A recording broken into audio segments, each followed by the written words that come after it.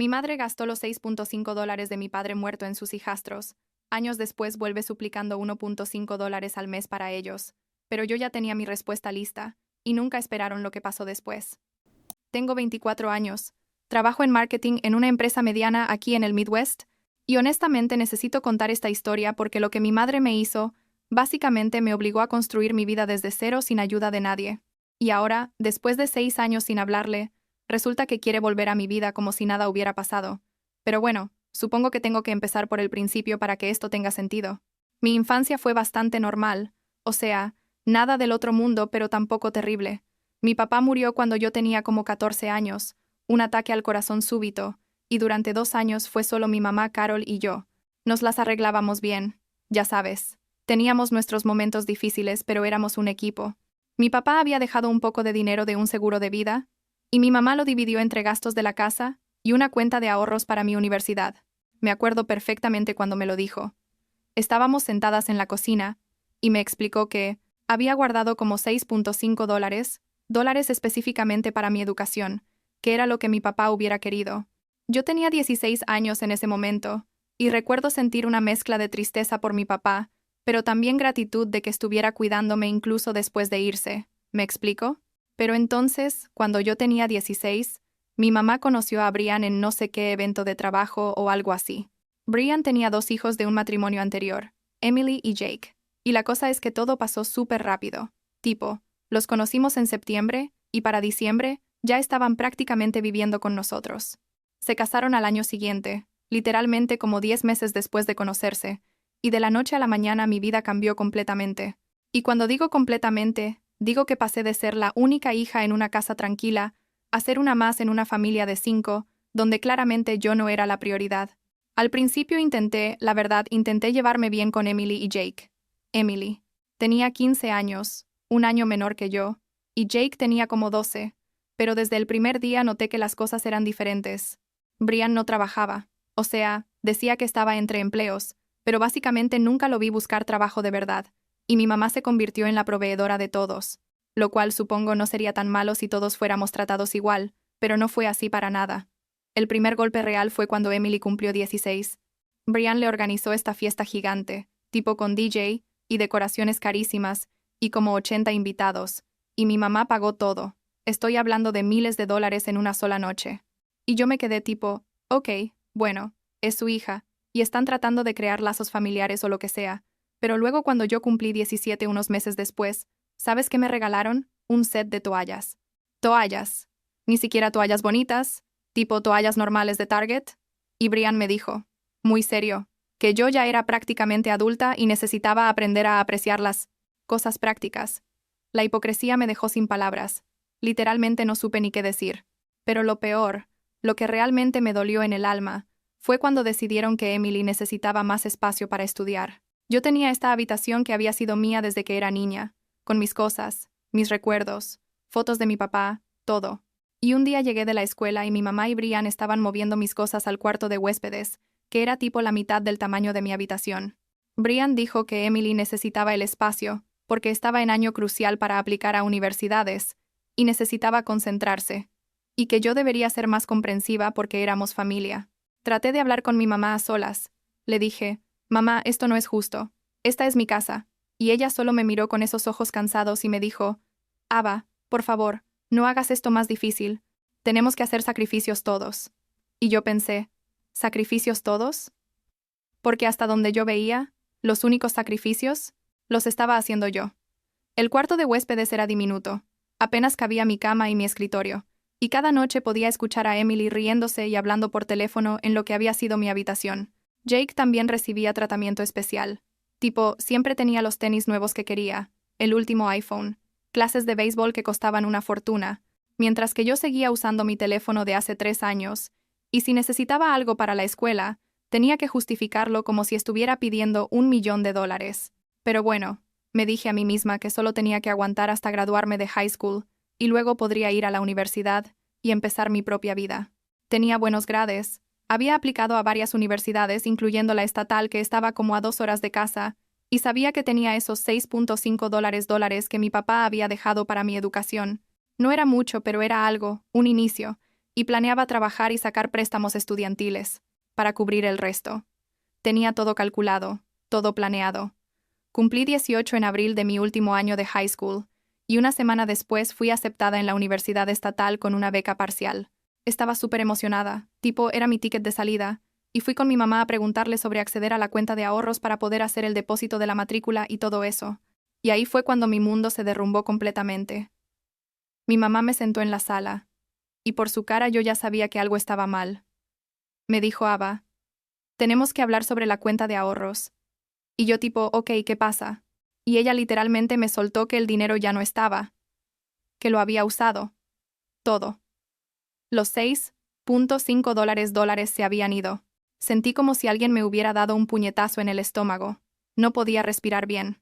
Le dije, ¿qué quieres decir con que lo usaste? Ese dinero era para mi universidad. Papá lo dejó para mí. Y ella empezó con que la familia había tenido gastos inesperados, que Brian no había encontrado trabajo todavía, que Emily y Jake necesitaban cosas para la escuela, que todos teníamos que pitch in como familia. Le grité. Y no me da vergüenza admitirlo. Le grité que esa no era mi familia, que Emily y Jake no eran mi responsabilidad, que ese dinero era lo único que me quedaba de mi papá, y ella no tenía ningún derecho de tocarlo.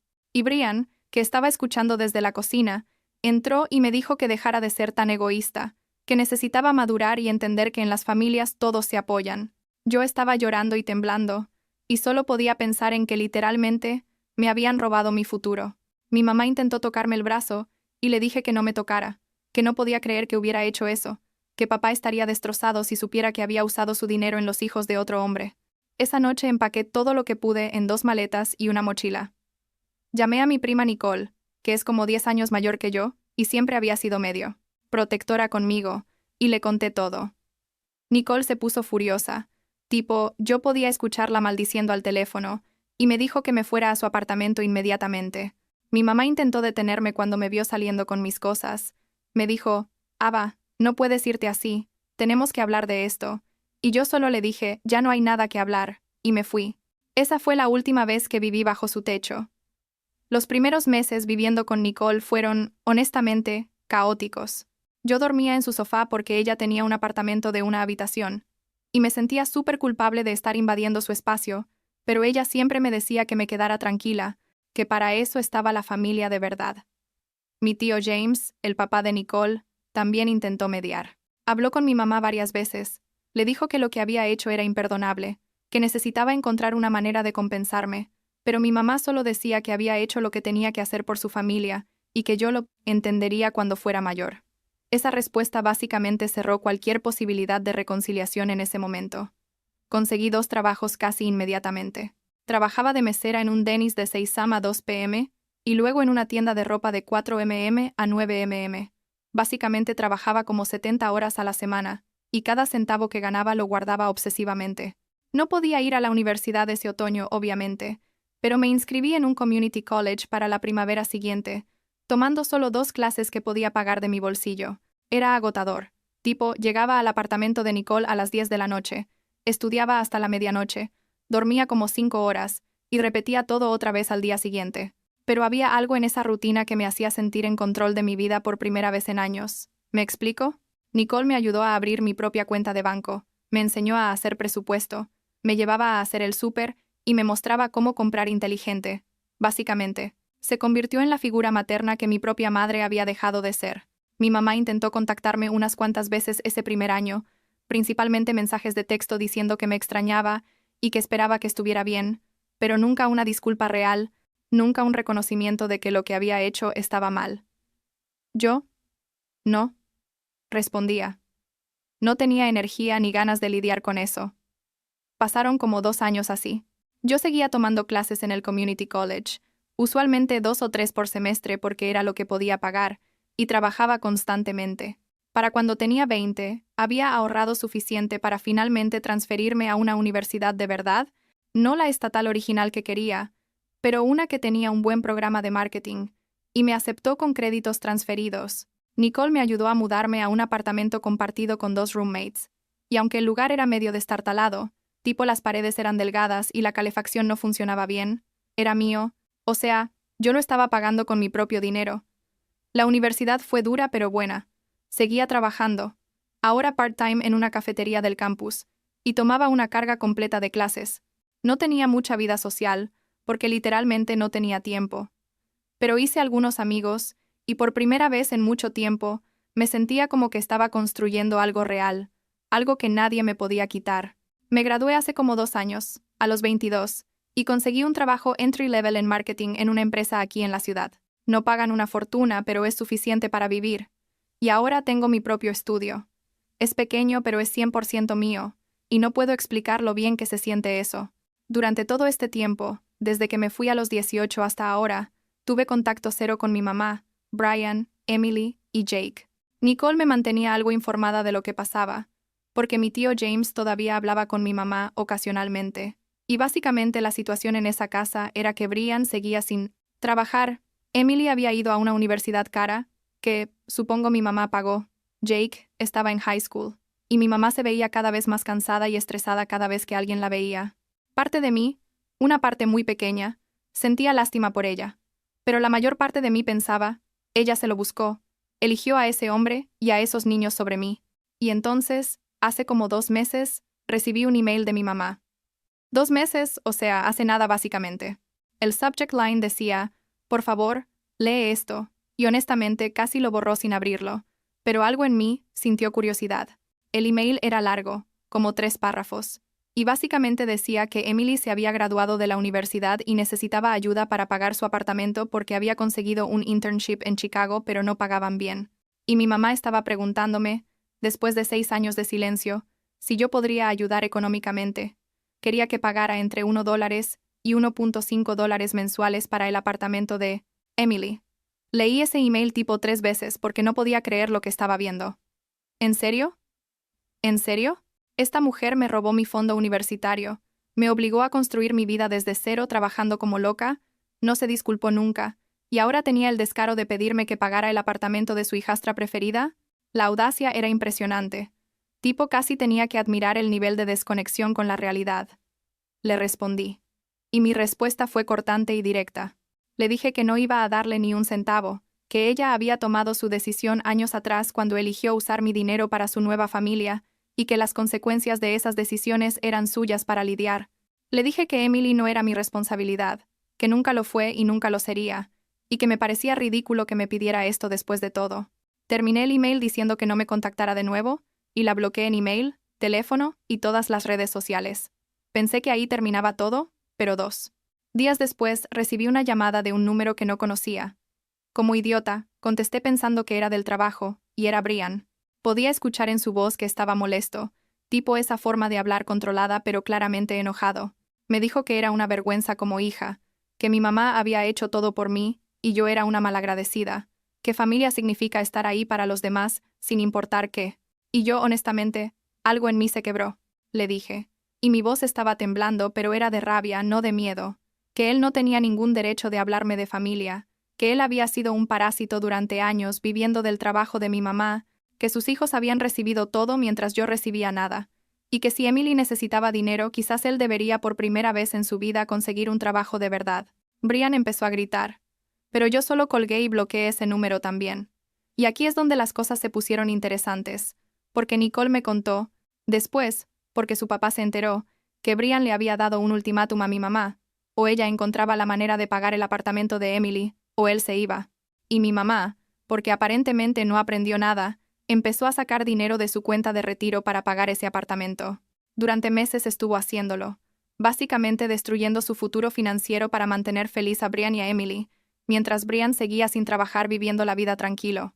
Y entonces, hace como 3 semanas, Brian de todas maneras se fue. Simplemente empacó sus cosas. Tomó la mitad de lo que quedaba en las cuentas de mi mamá, porque estaban casados, y era legal.